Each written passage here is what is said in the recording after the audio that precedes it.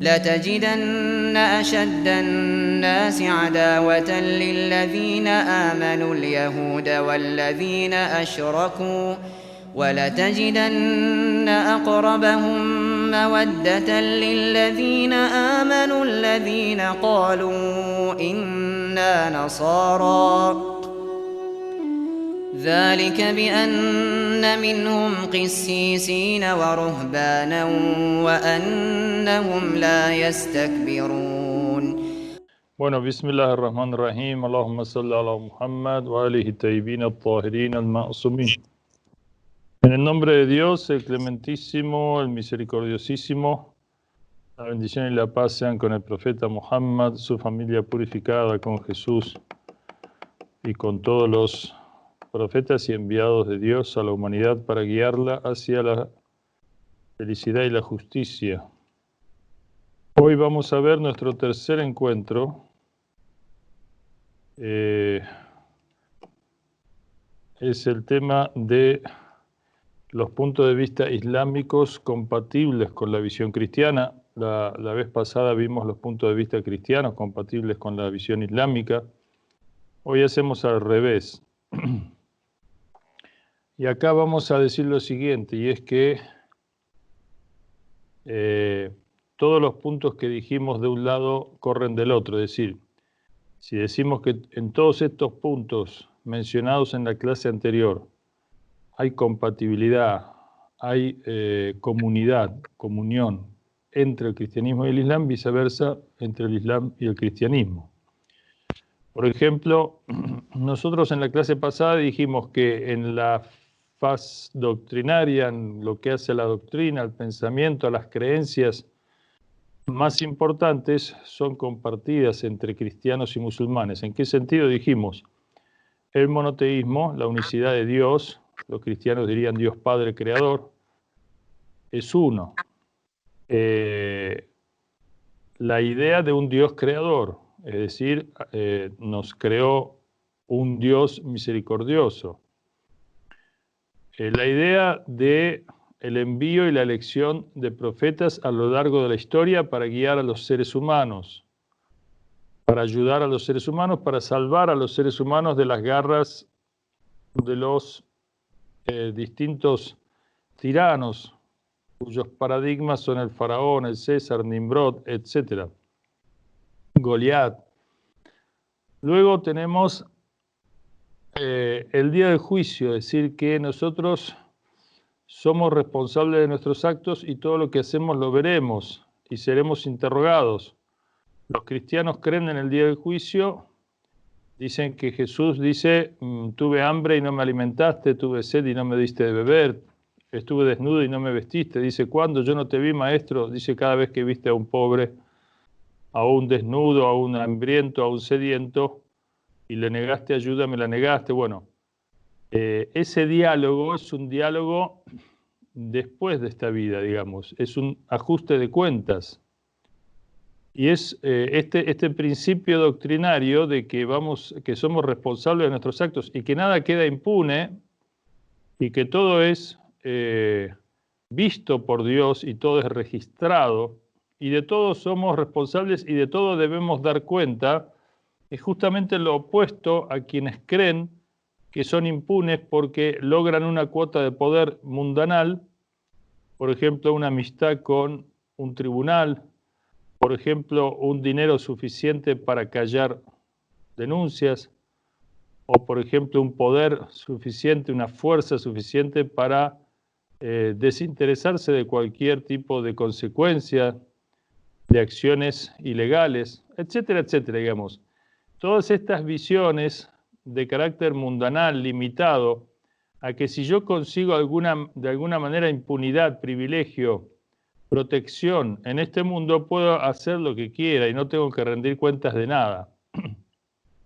Es la forma de pensar de aquellos que no creen en Dios y no creen que tengan que rendir cuentas. Es decir, basta que sus acciones pasen desapercibidas, que no se conozca o que puedan ocultar a los ojos de los demás las propias acciones que ya creen que están a salvo, ignorantes de que Dios todo lo ve, es poderosísimo por sobre todo poder mundanal, y que no hay excepción ni favoritismo a la hora de rendir cuenta de nuestras acciones, de modo que este es un tema fundamental en la conciencia y en el control y autocontrol de los creyentes, que justamente se saben vistos y controlados, supervisados, digamos así, por un poder superior, el cual es benévolo, misericordioso, pero también es justo y también detesta los delitos, los crímenes, los abusos, la opresión, la mentira, el engaño. Esta es una concepción doctrinaria que va a tener una incidencia fundamental en la conformación ética y moral de una persona. Digamos, por ejemplo, en términos mundanos, no es lo mismo una persona que se ve observada, por ejemplo, en una empresa, una persona que está trabajando y sabe que el jefe lo está controlando, lo está mirando, lo está viendo, sea a través de una cámara o sea a través de en persona.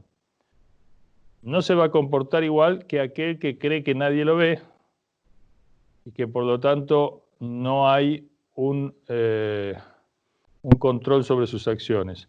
Bueno, esto trasladado a una cuestión existencial, una manera de estar en el mundo, una manera de ser, se traduce en un principio doctrinario que va a afectar la ética y como tal la conducta humana, y que si tuviéramos real conciencia de este principio doctrinario, entonces realmente nadie se atrevería a hacer muchas veces los tremendos crímenes que se realizan, muchas veces de manera oculta, engañosa, por ejemplo, grandes mentiras que se dicen y que se dicen a sabiendas, ignorantes de, como dije antes, que tendrán que rendir cuenta. Bueno, estos principios doctrinarios, muchos principios éticos que enunciamos nosotros en la clase pasada, temas, por ejemplo, la importancia de la familia, los padres, la educación, los hijos, el tema de los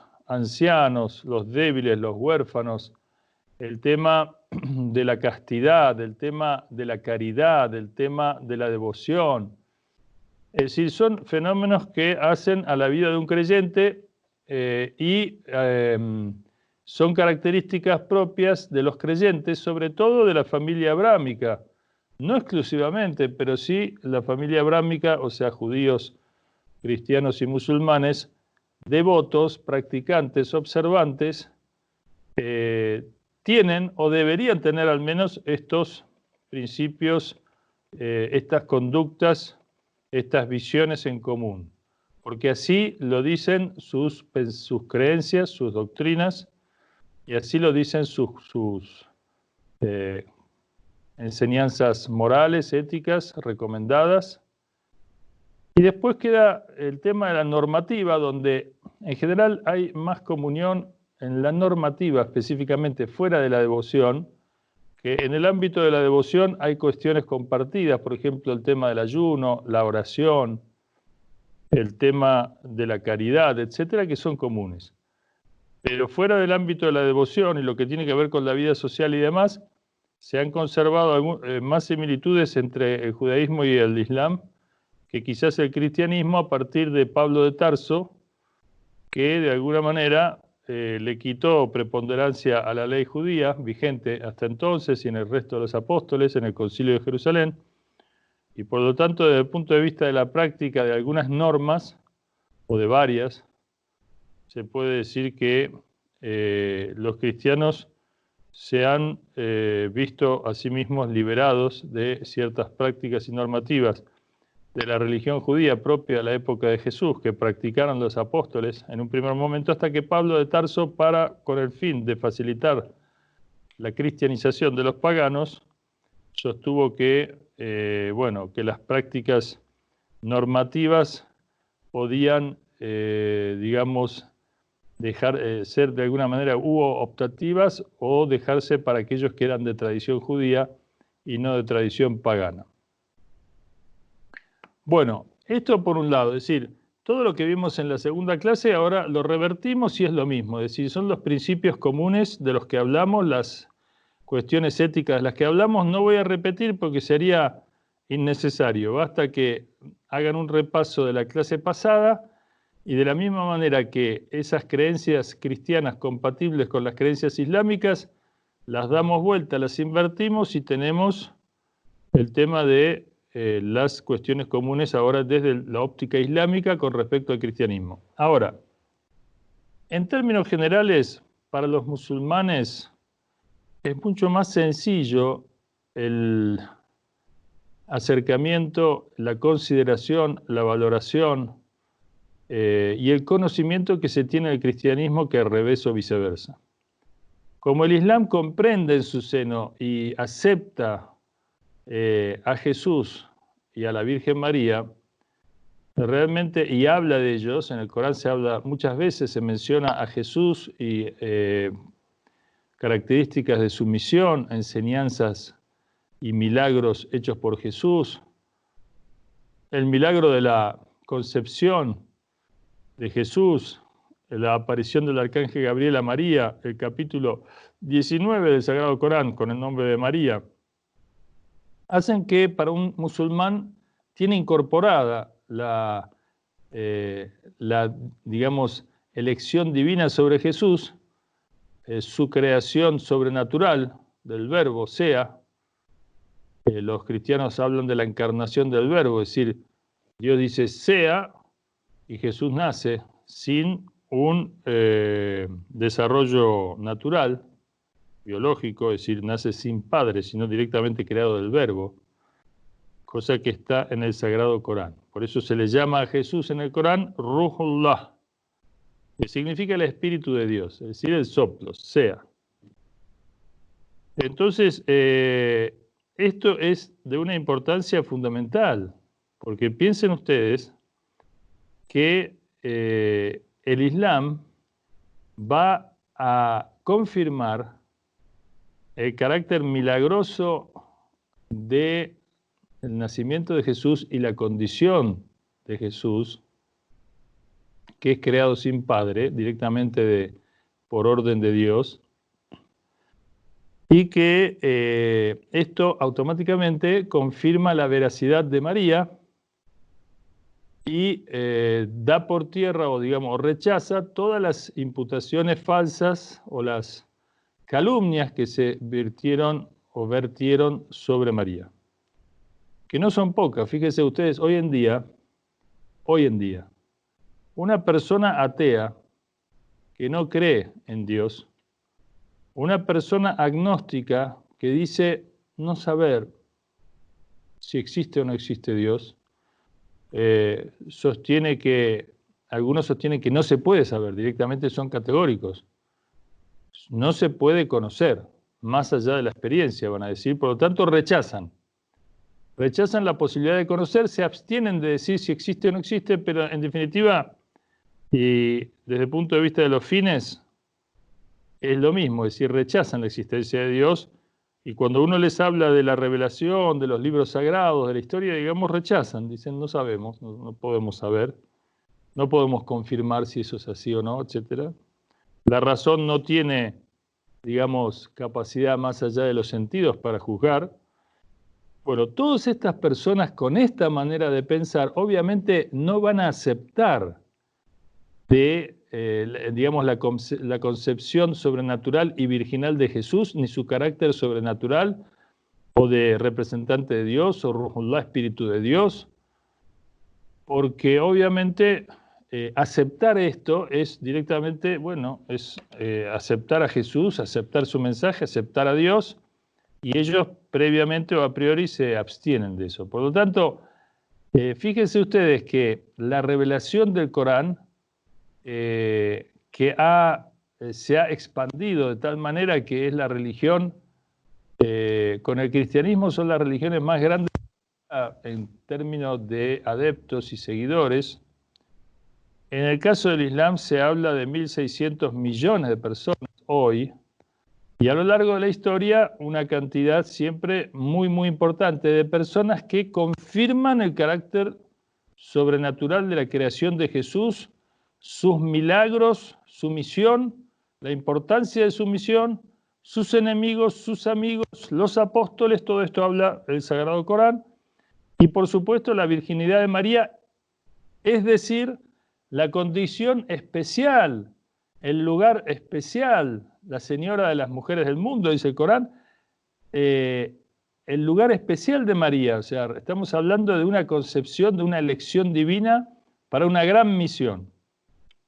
Entonces acá tenemos también un elemento que es de suma importancia. Realmente la alianza y los aliados que consiguen Jesús y María en el mundo, y alguien podrá decir, bueno, pero ellos, los musulmanes, no aceptan la Trinidad y por lo tanto, ¿de qué tipo de alianza hablamos? ¿O de qué tipo de aliados hablamos si ellos niegan, digamos, la divinidad propia de Jesús? Es decir, reconocen su creación sobrenatural, reconocen que es Espíritu de Dios del Verbo sea, pero los musulmanes van a decir, va a decir el Corán, no los musulmanes, sino para los musulmanes Dios va a decir, el ejemplo de Jesús es como el ejemplo de Adán. Fue creado del Verbo sea. En el caso de Adán, no tuvo ni padre ni madre. Es decir, es más natural el nacimiento de Jesús que el nacimiento de Adán, porque el nacimiento de Adán es directamente sin padre ni madre, es del Verbo también, es creado del Verbo. Es decir, de la misma manera que nosotros creemos que Adán es creado del Verbo sea, y eso no lo convierte en la divinidad en sí mismo, sino que hay una diferencia entre el que da la orden, el que crea con el Verbo sea, que el creado. Entonces el Corán va a decir que de la misma manera con respecto a Jesús. Pero fíjense, esto es muy importante concentrarse en este punto. Aquellos que dicen que esta diferencia, de alguna manera, deja afuera la hipótesis de una alianza porque no es la misma creencia, no. Es importante lo que voy a decir. No estamos hablando de una misma creencia en un 100%, es verdad. Si no seríamos lo mismo, seríamos todos cristianos, digamos. O todos musulmanes, digamos, depende de cuál de las dos creencias adoptemos. Lo que queremos decir es que si viene Jesús ahora y un cristiano y un musulmán lo miran, lo veneran, lo obedecen y lo creen representante de Dios, que sus palabras, su existencia, sus palabras, sus órdenes, sus prohibiciones, su guía es la de Dios, y en esto coincidimos cristianos y musulmanes, entonces las diferencias de creer que es el mismo Dios que está hablando o que está hablando en nombre de Dios, es decir, está hablando, está diciendo, está manifestando la voluntad de Dios, sea que digamos que Él mismo es Dios, o sea que digamos que representa a Dios, o sea, es la palabra de Dios. Entonces, fíjense la sutileza de la diferencia en relación a todos aquellos en el mundo que dicen yo no creo, no puedo saber si es o no es, que hoy en día no son pocos, o en las sociedades que como hoy en día no tienen en cuenta para nada a la figura y a las enseñanzas y a la guía de Jesús y de María. Ni en el pudor social, ni en las conductas sociales, ni en los grandes temas internacionales, ni a la hora de hacer la paz o la guerra, ni a la hora de, digamos, producir armas de destrucción masiva, en ningún momento, digamos, o a la hora de cobrar usuras impagables a los continentes del África, de América Latina o de Asia, o a los países del tercer mundo, etc. O la conformación del crimen organizado, que hoy es un lastre en las sociedades, el narcotráfico, la trata de personas, los abusos, la explotación, la opresión, el empobrecimiento de las masas, etc. Estos son fenómenos que se producen y son producidos por aquellos que de ninguna manera creen que hay un Señor, que hay una autoridad a la que tienen que rendir cuentas, que ha venido para guiarnos, que ha venido para enseñarnos, que ha venido para prohibirnos, para ordenarnos.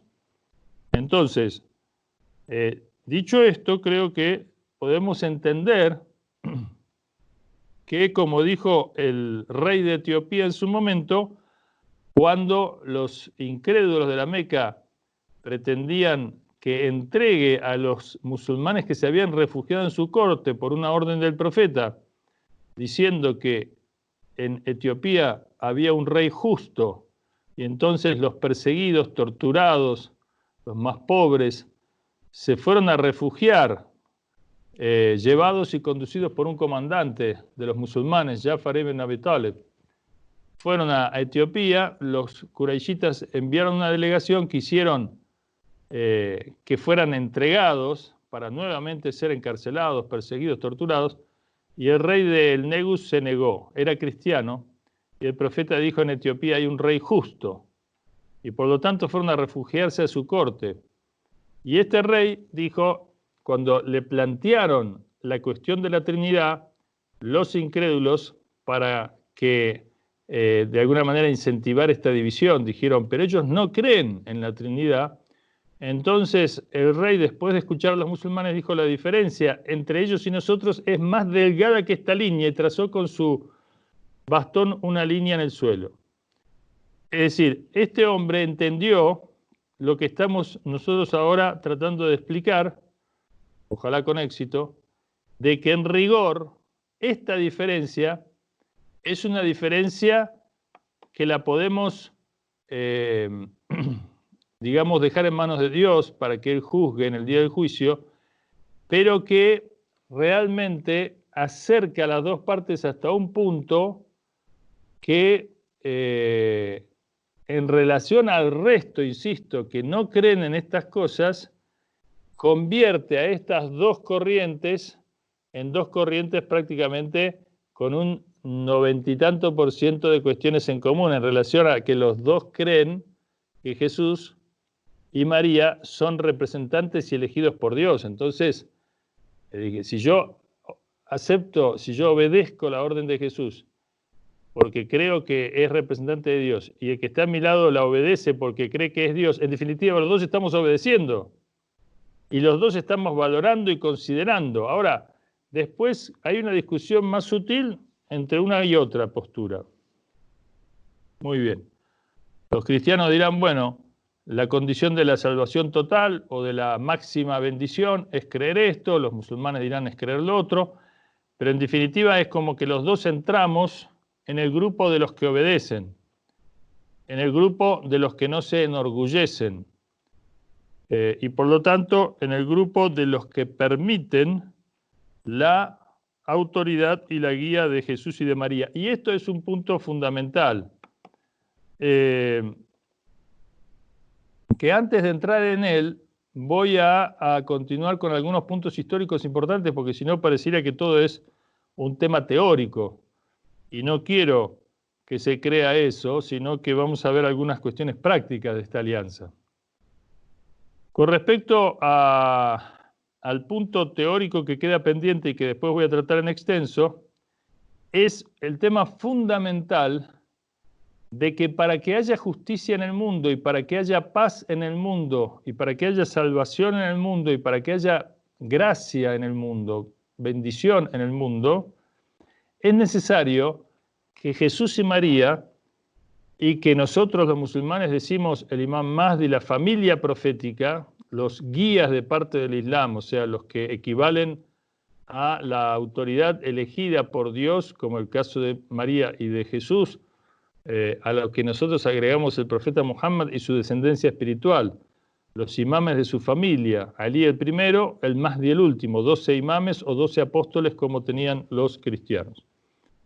Entonces, para nosotros, el poner a ellos en su lugar que Dios puso, que es un lugar de preeminencia, un lugar de superioridad, un lugar de guía, un lugar de personas avaladas para guiar al resto, un lugar de modelos. Entonces, esta es la condición para la instauración en el mundo de la justicia, de la paz y la hermandad. Cuando Jesús venga y cuando el Imam Mahdi aparezca y ellos gobiernen y sean reconocidos por la humanidad en un proceso, primero lo van a reconocer los creyentes, luego su prédica se va a ir extendiendo a todos. Entonces, en ese momento se van a dar las condiciones para la paz o el reino de Dios en la tierra. Antes de seguir con este tema, que es un tema fundamental, en donde la alianza entre cristianos y musulmanes y judíos abrámicos, es decir, que realmente son consecuentes con su fe y, como dice el Corán, no se enorgullecen, sino que son humildes, es donde queda más patente la alianza y esta unidad. Pero antes de seguir con ello, vamos a ver algunos ejemplos históricos. Yo quiero, ahora le voy a hablar un poco a los cristianos que nos están escuchando, ahora o los que eventualmente después escuchen. Porque las cosas que voy a decir los musulmanes las conocen. Pero lo importante es para los cristianos que vean y perciban cómo son vistos por los musulmanes, cómo son concebidos, cómo es concebida su fe por los musulmanes. Cuando el profeta Muhammad viene en el año 600 de la era cristiana, hay un montón en el mundo islámico, en los territorios de la península arábiga de entonces, en todo el territorio del Medio Oriente, todo ese territorio que había sido afectado por la prédica de Jesús, por la prédica de Moisés, toda esa región donde estaba impregnada de las enseñanzas de Moisés y de Jesús, y donde estaban fundamentalmente sus seguidores, que más conocían las tradiciones reveladas por los profetas, no había uno, sino muchas personas, muchos monjes, muchos sabios, que sostenían que iba a surgir un profeta y estaban esperando un profeta de la familia de Abraham. Y nosotros tenemos en las crónicas históricas del Islam, de tal manera estas crónicas que son aceptadas por todos los musulmanes, no hay diferencia en ellas y hay suficientes fuentes independientes entre sí como para que los musulmanes consideremos totalmente veraz estas crónicas. Una cantidad de monjes, de sabios y demás que son conscientes y que saben y conocen y guían a los demás hacia el advenimiento de este profeta. En el caso de los judíos, se habían establecido en Medina y en los alrededores de Medina por estas enseñanzas. Es decir, había una información muy extendida entonces de que iba a surgir un gran profeta que iba a enseñar, dice también en los evangelios, tal cual lo leemos nosotros los musulmanes, San Juan 14 dice, es necesario que yo me vaya para que venga Él que os enseñará todo lo referente a la justicia y a la verdad. Y acá justicia es gobierno, ojo, no puede instaurarse la justicia en la sociedad sin ejercer el gobierno. Es imposible que gobierne un hombre injusto y haya justicia en la sociedad. Es imposible que una cabeza pecadora, un corazón pecador, haga que el cuerpo no lo sea. Entonces, una cabeza social, una conducción política que no tiene el aval de Dios, no puede instaurar justicia en una sociedad. El segundo tema es el refugio de los musulmanes ante el rey justo, cristiano, de la boca del profeta. Dijo, hay un rey justo en Etiopía, y era cristiano. Esta relación que comienza con la protección que el rey de Etiopía le da a los musulmanes perseguidos, a los más pobres, a los esclavos que se habían islamizado, que eran objeto de explotación y de persecución y tortura por parte de la aristocracia de Meca, que se oponía al mensaje profético, entre otras cosas, porque igualaba a los hombres, decía que todos eran iguales, y que el hombre no debía ser esclavo de otro, y que debía ser libre tal como Dios lo había creado. Todas estas enseñanzas, decían ellos, generaba una sublevación de los esclavos, cosa que para ellos era un tema además económico, porque veían a los esclavos como, digamos, objetos de su enriquecimiento. Y entonces hay un diálogo famoso donde un aristócrata le dice a uno de los seguidores del profeta, que se llamaba Ammar ibn Yasser, también de origen esclavo, que había sido vendido como esclavo del Yemen en Meca, sus padres, Yasser, este Ammar ibn Yasser, o sea, Ammar, el hijo de Yasser, de esta persona esclavizada, que había sido esclavizada, un aristócrata le dice, pretende tu jefe, digamos, refiriéndose al profeta, pretende hacer creer que nosotros somos iguales, que yo soy igual que este negro africano, y señala a Bilal. Con lo cual, sí, pretende eso, exactamente eso, somos todos iguales, y entonces se burlan los aristócratas, porque les parece algo irrisorio, algo totalmente fuera de lugar, algo además de mal gusto, es decir, igualar a uno de estos grandes señores y grandes privilegiados y grandes poderosos con alguien que no tenía ningún derecho, que era totalmente objeto y manipulado a antojo por su amo.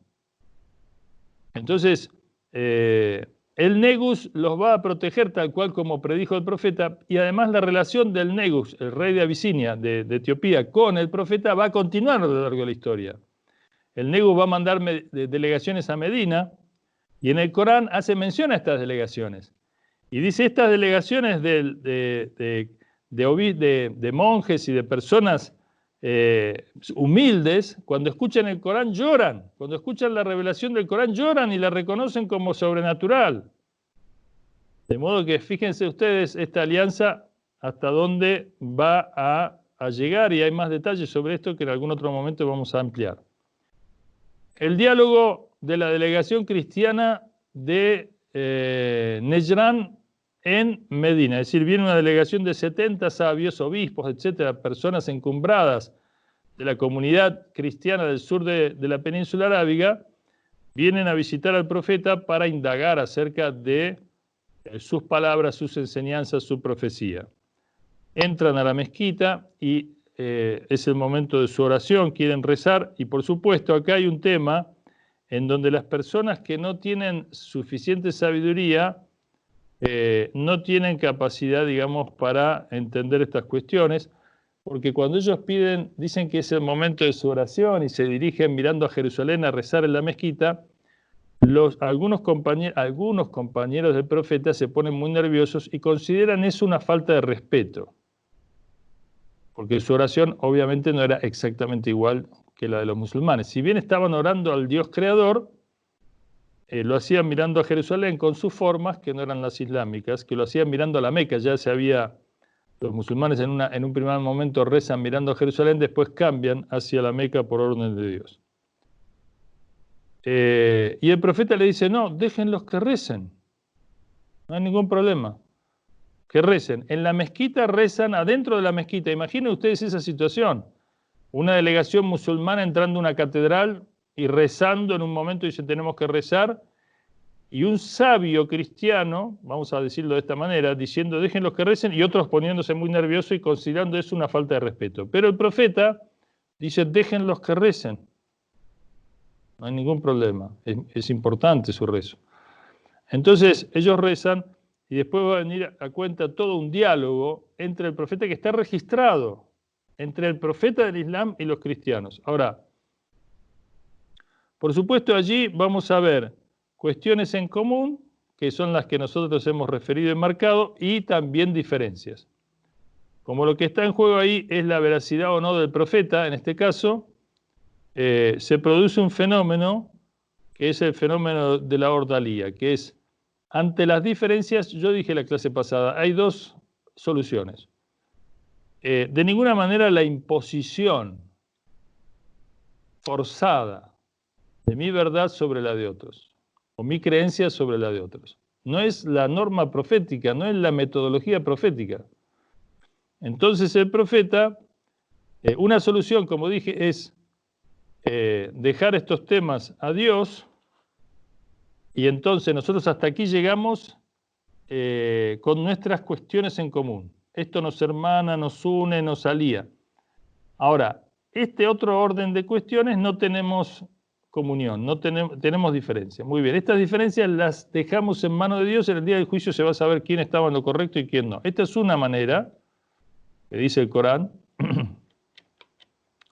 Y la otra manera es esta otra manera que voy a decir, que era costumbre, en la época se hacía a veces, y hoy en día se hace menos, pero es que los que tenemos las diferencias decimos, bueno, vamos a invocar el castigo de Dios para aquel que está en el error. O sea, hay que tener mucha convicción de lo que uno cree para hacerse, sobre todo si es creyente, ¿no? Invocar el castigo de Dios para aquel que esté en el error. Es una tensión y máxima prueba. Cuando se realiza esto que se llama ordalía, esta invocación al castigo para aquel que está en el error, los cristianos, la delegación cristiana, que esa ordalía se va a hacer al día siguiente, el jefe de la delegación cristiana dice, si ven que Muhammad viene con su ejército, sepan que es un rey, no un profeta. Es decir, nos atemoriza con la presencia del ejército, por lo cual, si viene con el ejército, querrá decir que de alguna manera nos quiere imponer, basado en la fuerza, la creencia para que nosotros no tengamos más remedio que aceptar ante un ejército, una delegación de 70 personas desarmadas, ante un ejército armado. Ahora, si no es así, y si viene solo, entonces quiere decir que no nos quiere imponer nada, digamos, que en realidad viene a hacer la ordalía. Y el profeta se presenta, él, Ali, Hassan y Hussein y Fátima, es decir, él y su familia purificada, es decir, su familia íntima. Ali, Fátima, Fátima su hija, Ali su yerno y primo, el Hassan y el Hussein sus dos nietos. Y nada más, ni armas, ni ejército, ni amedrentamiento, ni temor, ni atemorizarlos, nada. Y la delegación cristiana, esto está en las crónicas islámicas, un cristiano hará su lectura. Nosotros no entramos ahora a analizar lo que un cristiano va a pensar de esto. Decimos cómo están en las crónicas islámicas porque estamos viendo las compatibilidades desde el punto de vista islámico con el cristianismo. Entonces, el jefe de la delegación cristiana, un sabio, dice que no vamos a implorar el castigo de Dios para aquel que está en el error, porque ante estas personas, ellos ven al profeta como quien ve a Jesús. Ante estas personas, si invocamos el castigo, el desierto se convertirá en un infierno para nosotros. Entonces desistimos. Entonces, fíjense, lo más importante quizás para nosotros lo que viene ahora. El profeta no les dice, fíjense ustedes hasta dónde llega esta unidad. El profeta no les dice que, bueno, ahora que ustedes no se animan, entonces, bueno, háganse musulmanes, porque, digamos, si ustedes no se animan, ya está, digamos, es como que la diferencia se ha definido. O la hacemos o no la hacemos. Si no la hacemos, bueno, quiere decir que ustedes ya son musulmanes o se tienen que hacer musulmanes, porque si no, ¿cuál es la coherencia de una cosa con otra? El profeta no les dice eso, el profeta les dice, den testimonio que nosotros somos musulmanes. Ustedes mantengan su religión, su fe, sus creencias si quieren, o háganse musulmanes si quieren, son libres. Es extraordinario. Tengamos en cuenta esto, el profeta tiene todo el poder terrenal ahí, o sea, tiene su ejército, está en Medina, es local, y los otros tienen una delegación de hombres que no tienen ninguna fuerza material, no tienen posibilidades de oponerse. Y la costumbre en la época de los reyes y los poderosos era avasallar al otro, es decir, era imponerle las cosas, o sea, ahí no había ni diálogo, ni democracia, ni nada. Entonces, el profeta les dice, reconozcan que somos musulmanes.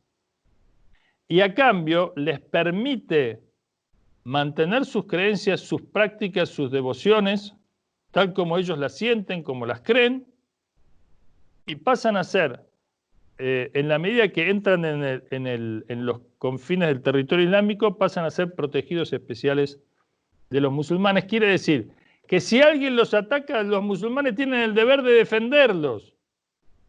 Una cosa extraordinaria. Esto únicamente en esa época y en cualquier época esto solamente lo hace un profeta. Es decir, que desde la fuerza le otorga al otro el derecho. Esto es si se quiere, una conquista, digamos, de la modernidad, de decir, bueno, los derechos de las minorías, etcétera. Perfecto. Pero ¿cuánto tardó la humanidad en reconocer estos derechos? Y todavía deja mucho que desear este reconocimiento de los derechos, porque si nosotros vamos a hablar de cómo son reconocidos los derechos de las minorías, en rigor, nosotros decimos que el sistema actual de gobierno mundial no reconoce el derecho de las mayorías, mucho menos va a reconocer el de las minorías. Quiere decir que si las mayorías no están bien, si no hay justicia para las mayorías, si hay una concentración de privilegios e intereses en manos de una minoría, mucho menos van a estar atendidos los derechos de las minorías, digamos, si no se atiende lo de la mayoría. Bueno, pero no vamos a entrar ahora en esa cuestión. Otro tema, ya quedan, no sé si tengo unos minutos más, 3 minutos más para redondear. Sí, ya llevamos nos quedamos 40, bastante lejos de lo que yo quería decir, pero... Pero hay también preguntas, Shejana. Sí, también hay preguntas, inshallah, necesitamos el tiempo para también responder a las preguntas, por favor, si consideramos. Bueno, entonces eso. 2 minutos más, puedo hablar 2 minutos, cierro. Inshallah. Muy bien, entonces, otro tema es la Constitución de Medina que, como dije antes, digamos, reconoce ese derecho de esas minorías y les da la categoría de gente del libro, con lo cual tienen un estatus especial, un estatus de protección, de garantía de su libertad. Únicamente la condición que se les pone es que no actúen de quinta columna para enemigos foráneos, que respeten el orden islámico, es decir, serán respetados y a su vez ellos tienen que respetar, que es una cosa lógica, es decir, no conspiren. Pueden ellos, digamos, decir y hablar de sus creencias, no hay problema con eso. El Islam invita al diálogo con ellos, le dice traigan sus argumentos, o sea, el Islam abre las puertas del diálogo y de la expresión, de la libertad de expresión. Lo único que les dice es que no conspiren en el sentido de no hacer, digamos, cuestiones de orden ilegal. Conspiraciones no con la discusión en buenos términos, sino directamente con alianzas con enemigos para hacer de quinta columna, etc. Que algunos van a violar este pacto. Algunos judíos van a violar este pacto y van a ser, digamos, objeto de expulsión a posteriori. Y el profeta no violó este pacto. Y eso está en las crónicas históricas de los musulmanes que, por supuesto, pueden ser revisadas. Bueno, lo que yo quería decir más cosas, pero no hay tiempo.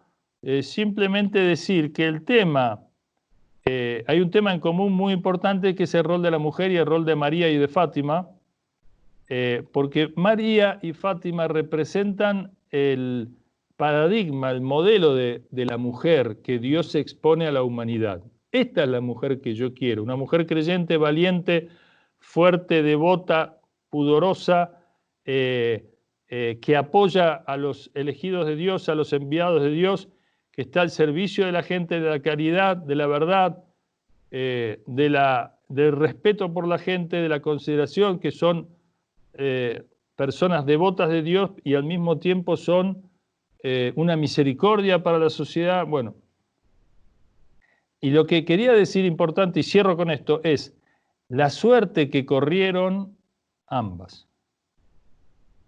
En el caso de María, prácticamente calumniada, descreída de su versión, señalada como, Dios no lo permita, como una mujer mentirosa, si había tenido un hijo.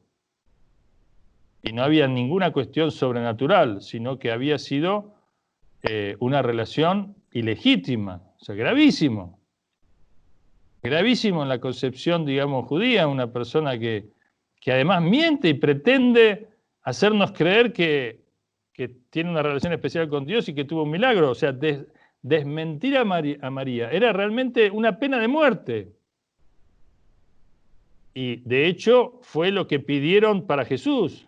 Y de hecho también para María, digamos, si todo era mentira, entonces merecían la muerte porque eran falsarios con nada menos que una cuestión de fe y sagrada tan importante como ser la prédica de una supuesta relación especial con Dios y demás, Rey de Reyes y todas esas acusaciones que se hicieron sobre Jesús. En el caso de Fátima y la familia del profeta fue relegada. Entonces, cierro con esto. Los pueblos, las personas que no valoran a Dios y a su representante y que no le dan el lugar que debe tener como guía, modelo, paradigma, como conductor en una sociedad, merecen que los césares los gobiernen. Y las personas que no reconocen al profeta y su familia como los elegidos de Dios para que gobiernen e instauren la paz y la justicia, merecen a los omeyas como jefes que de hecho gobernaron 100 años, después de los primeros 30 años de la sucesión profética, los otros 100 años fueron gobernados por los enemigos del Islam, los omeyas. Por lo cual, de la misma manera que no se aceptó el modelo de Jesús, no se tuvo la fuerza suficiente para implementarlo, de la misma manera pasó con la familia del profeta. Y de la misma manera, y ahora sí cierro, el deber de los creyentes pendiente, la deuda pendiente es reponer en su lugar a los enviados de Dios, reconocerlos para que ellos vengan, aparezcan y llenen la tierra de justicia y de paz. Y fíjense si acá no hay una alianza estratégica fundamental entre la familia abrámica y una responsabilidad ante el día del juicio de que si no lo hacemos, ¿quién lo va a hacer? Los que no creen en los enviados de Dios, que son condición de la constitución de la justicia y la paz, ellos lo van a hacer, los que no creen lo van a hacer, y los que creen es deber en primer lugar de los que dicen creer. Por lo tanto, bueno, con esto termino y dejamos lo que queda pendiente para después y damos lugar a las preguntas.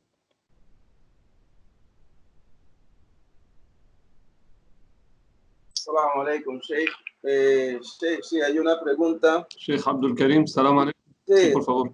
Sí, Sheikh, dice primero, de acuerdo a la Biblia, en Juan, si no mal recuerdo, se menciona que vendrá un consolador que en la traducción del hebreo es equivalente a Ahmed o Mohammed. ¿Qué nos puede decir sobre esta profecía de Jesús, el Mesías? Sí, ahí hay una diferencia, cuando veamos el tema de las diferencias, que es un capítulo que más adelante vamos a ver, para justamente que no se crea que nosotros soslayamos o no tenemos en cuenta las diferencias, entonces sería como una visión idealista, como una visión demasiado optimista, es decir, negamos la diferencia, hablamos nada más que lo que tenemos en común, entonces así es muy fácil. No, vamos a dedicar un capítulo a las diferencias también, para que veamos que estas diferencias, en rigor, no nos liberan de la responsabilidad de esa unión estratégica que yo mencioné al principio. Allí hay una diferencia, es decir, la lectura que hacen los cristianos, los católicos, por ejemplo, o los cristianos en general, es que Jesús se refiere ahí al Espíritu Santo. Es necesario que yo me vaya para que venga Él, el Consolador, que os enseñará lo referente a la verdad y la justicia. Y ellos consideran que ese es el Espíritu Santo que viene, enseña las lenguas a los apóstoles, etc. Y que le va a dar un impulso a la difusión del cristianismo en el mundo. Ellos tienen esa interpretación. Nosotros tenemos otra interpretación, como bien dijo y señaló la persona que recién mencionó este punto, de que esa palabra, paráclitos, en realidad alude a, en griego significa ellos traducen como el consolador, como el abogado. Nosotros traducimos como el alabado. Y el alabado quiere decir, en árabe se dice Ahmad o Muhammad, que es el nombre del profeta. Por lo tanto, allí está haciendo referencia a el profeta Muhammad.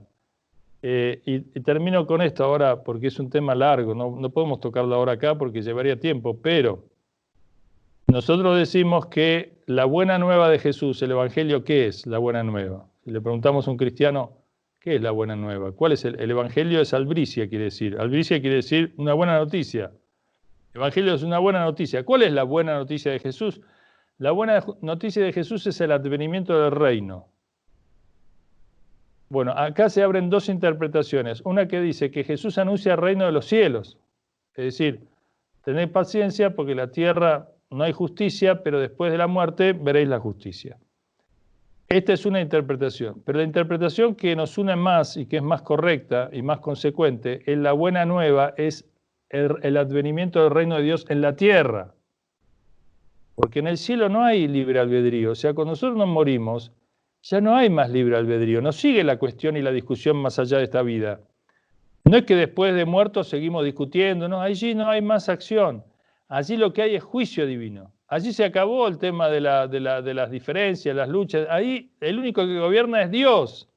Lillah el-Wahid el-Qahhar, dice el Corán. Allí es nada más que la voluntad de Dios. Por lo tanto, obviamente que después de la muerte y en los cielos, obviamente que es el reino de Dios. Eso no hay duda. Toda la discusión de todos los profetas, del primero al último, es el reino de Dios en la tierra. Acá está la discusión. Porque obviamente, más allá de la muerte, no hay libre albedrío y por lo tanto no hay acciones. Y por lo tanto, allí lo que hay es juicio, es consecuencia de las acciones del mundo. Es el resultado de nuestras acciones en el mundo. Ese es el día del juicio, esa es la vida después de la muerte, es eso, es el resultado. Bueno, ¿qué hiciste? En términos del Evangelio dice, os di tantos talentos, ¿qué hiciste con los talentos? Os di la vida, os di la razón, el conocimiento, ¿qué hiciste? ¿Qué hiciste para Dios? ¿Qué hiciste para obedecerlo? ¿Y qué hiciste para desobedecerlo? Y acá es donde se va a juzgar. Entonces, esta es una diferencia. Nosotros decimos que no se puede decir por un lado de que Jesús es tres, es Padre, Hijo, Espíritu Santo, y por otro lado decir es necesario que yo me vaya para que venga Él. Porque si viene el Espíritu Santo y uno cree en la Trinidad, tiene que decir que si viene el Espíritu Santo, viene Jesús. Entonces no puede decir yo me vaya para que venga Él como si fueran dos personas diferentes. ¿Por qué? Porque si yo creo que somos uno y tres, tres y uno, entonces si yo me voy, Él se va. Y si yo vengo, Él viene. Y si viene Él, vengo yo. Entonces, nosotros aquí discutimos y decimos, no, se está refiriendo al reino de Dios en la tierra y efectivamente lo que hace el profeta Muhammad de la descendencia abrámica vía Ismael es instaurar el gobierno de Dios en la tierra. Y entonces ya hay justicia en la tierra porque vino Muhammad, se llenó de justicia. No, él instaura el nacimiento del reino de Dios en la tierra, la piedra fundamental del reino de Dios en la tierra. Después muchos se apartaron de la senda del profeta y la tarea de la justicia y del reino de Dios en la tierra es una tarea pendiente, que vamos a analizar eso también y dónde nos encontramos hoy, cristianos, musulmanes y cristianos, en relación a nuestra tarea fundamental, la misión fundamental que es la instauración del reino de Dios en la tierra. Pero bueno, por ahora dejamos acá para dar lugar a alguna otra pregunta, si hay tiempo. Sheikh, creo que, bueno, no sé si alcanzaría el tiempo para una, Sheikh Mir Jalili, porque hay varias preguntas, o usted las respondería posteriormente. Bueno, dice, Dios se manifiesta donde quiere y como quiere. Jesús recibió el Espíritu Santo desde el nacimiento y luego en el bautismo. Muhammad, por el ángel Gabriel, también recibe la presencia absoluta y pura de Allah. Creo que es así, si no me equivoco. Sí, está. Es decir, el Espíritu Santo es confirmante de los profetas, es el ángel de la revelación y está presente en la vida de Jesús desde su nacimiento, antes de su existencia, cuando se le aparece a María en la Anunciación, y también está presente en su nacimiento, está presente en el río Jordán, cuando él se bautiza, digamos, que aparece en forma de paloma, dicen los evangelios. Y en el caso de toda la misión de Jesús es avalada permanentemente por la confirmación y la presencia del arcángel, y en el caso del profeta Muhammad igual. Desciende el arcángel en el monte de la luz y comienza el ciclo de la revelación y la presencia permanente del arcángel Gabriel revelándole el Corán y apareciéndole al profeta de muchas formas, a veces en su forma original, que abarca todos los cielos, y a veces en forma humana, perfecta, dice el Corán, de distintas maneras. Así que sí, coincido con el comentario. Creo que esta sería la última, Sheikh. Dice, ¿es lícito que los musulmanes trabajen políticamente en partidos demócratas cristianos que adhieran a la doctrina social de la Iglesia? En principio, digamos, todo lo que sea cooperar mutuamente y todo lo que sea profundizar los lazos en relación a las, digamos, a las buenas acciones, yo no veo ningún problema con ello, pero es importante que digamos, el aporte de un musulmán a los cristianos o viceversa tiene que ser de acuerdo a sus creencias. Y por supuesto, como vamos a ver y estamos viendo, hay mucho terreno en común para cooperar en un terreno específico y concreto en una sociedad a través de formas diversas, en lo político también. No hay ningún problema en principio con ello,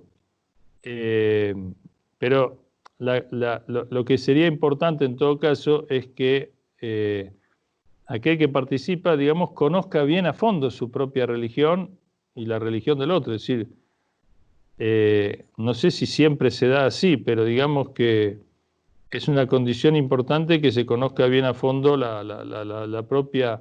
Porque, digamos, si yo me mezclo con personas sin saber bien exactamente mi identidad y mis principios, los declamo pero no los conozco, entonces evidentemente eso se presta a confusiones. Pero no es la manera más ideal de participar, digamos. La manera más ideal de participar es a conciencia y con conocimiento y a sabiendas, para saber exactamente cómo participar y cuál es la manera más rica de participar. Pero en principio se puede decir que no hay problema. Y lo que sí hay que tener para participar en el nombre del Islam en un grupo cristiano, hay que tener una cabal conciencia y conocimiento de lo que es el Islam, porque si no, no lo hace en nombre del Islam, lo hace a título personal, pero para representar al Islam en un contexto cristiano hay que saber bien a fondo, conocer bien a fondo el Islam, sin duda.